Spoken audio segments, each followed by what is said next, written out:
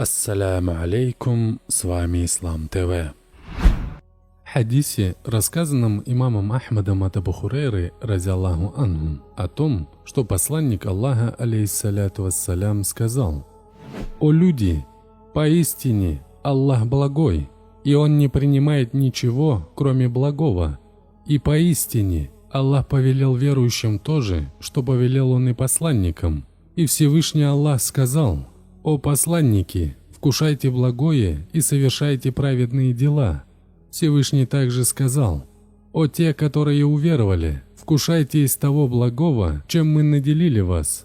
Потом пророк, алейхиссаляту вассалям, упомянул о покрытом пылью человеке со всклоченными волосами, который уже долго находился в пути и воздевает свои руки к небу, повторяя: «О Господь! О Господь!» Однако пища его запретна, и питье его запретно, и одежда его запретна, и вскормлен он был запретным. Так как же может быть дан ему ответ? Передал Муслим в Сахихе и ат-Тирмизи. Давайте узнаем, что говорят ученые о том, как наша пища влияет на принятие наших мольб Всевышним. Какое наказание уготовано для тех, кто употребляет запретную пищу, харам, и не задумывается об этом. Ведь каждый из нас обращается неоднократно к Всевышнему Аллаху в надежде на то, что Он нас услышит. Дорогие братья и сестры, если вы хотите как-то поддержать нас, то поставьте свой щедрый лайк, подпишитесь на канал Ислам ТВ и нажмите на колокольчик, и подписаться на Инстаграм Ислам ТВ. Иншаллах, там будем каждый день выставлять полезные статьи. Ссылку на Инстаграм оставлю в начале описания.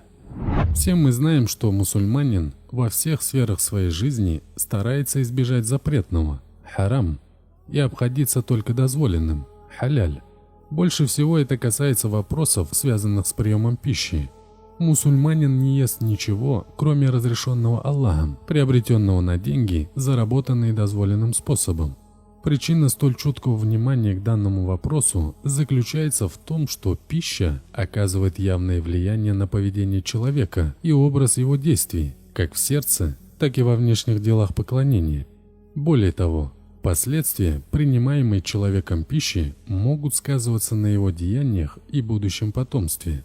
Поэтому в Коране неоднократно повторяется веление принимать в пищу только благодатную еду, халяль.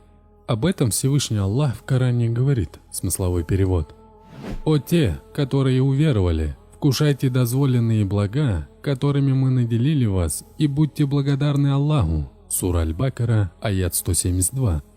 Всевышний Аллах также говорит, смысловой перевод: «Кушайте блага, которыми мы наделили вас, но не приступайте посредством их границы дозволенного, а не то на вас падет мой гнев, а всякий, на кого падет мой гнев, погибнет». Сура Таха, аят 81. Обратите внимание на слова Аллаха: «Не приступайте к границе дозволенного в этом», то есть каждый, кто пошел дальше дозволенного в том, что касается приема пищи, приступает к границе. А кто приступает к границе, установленной Всевышним, тот навлекает на себя его гнев, как об этом говорится в аяте. В Коране сообщается, что в Таврате и Инджиле сообщалось о следующих качествах грядущего великого пророка Мухаммада, алейхиссаляту вассалям. Об этом Всевышний Аллах в Коране говорит, смысловой перевод: «Моя милость объемлет всякую вещь. Я предпишу ее для тех, кто будут богобоязненны, станут выплачивать закят и уверуют в наши знамения, которые последуют за посланником, не обладающий грамотой пророком, запись о котором они найдут в Таврате, то есть Торе, и Инджиле, то есть Евангелие. Он повелит им совершать одобряемое и запретит им совершать предосудительное, объявит дозволенное благое и запретит им мерзкое». Сура Аль-Араф, аят 156-157. Об этом у мусульман нет сомнений. Комментируя данный аят, Ибн Касир, да одарит его Аллах милостью, сказал: то есть этот пророк объявит дозволенным для них то, что они сами себе запретили, затруднив этим жизнь, и запретит им мерзость, то есть свиное мясо, ростовщичество и те виды запретной пищи, которые они позволяли себе употреблять. И для того, чтобы побудить мусульман тщательно следить за своим питанием и употреблять в пищу только дозволенные, халяль, передается в хадисе, что посланник Аллаха, алейхиссаляту вассалям, сказал: Воистину, самое первое, что начинает дурно пахнуть при разложении человеческого тела, это живот. Так пусть же тот, кто в состоянии питаться только благой пищей, халяль, обязательно делает это. Хадис передал Аль-Бухари. Большинство хадисов указывает на то, что за употребление запретной пищи, харам, человек заслуживает наказания в пламени ада. Об этом сообщается, что посланник Аллаха, алейхиссаляту вассалям, сказал: «О Кааб ибн Уджра, воистину, любое мясо, выросшее на запретном, то есть речь идет о мясе человека, которое выросло на его теле за счет питания запретной пищи. Далее. Непременно будет больше заслуживать того, чтобы оказаться в адском пламени». Хадис передал ат-Тирмизи с достоверным иснадом. Кааб ибн Уджра – один из подвижников посланника Аллаха, алейхиссаляту вассалям. Также пророк, алейхиссаляту вассалям, сказал: «Не войдет в рай мясо, то есть в рай не войдет человек, в теле которого есть мясо, выросшее за счет питания запретным, харам». Далее, выросшее на запретном. Любое мясо, выросшее на запретном, больше заслуживает того, чтобы попасть в адское пламя. Хадис передал Ахмад. Один из праведников сказал: «Клянусь Аллахом, это опасный хадис, он несет в себе угрозу, от которого содрогается живое сердце. В нем напоминание всем, у кого есть душа». Но многие люди не уделяют этому и подобным ему хадисам достаточно внимания по причине слабости их веры и убеждений.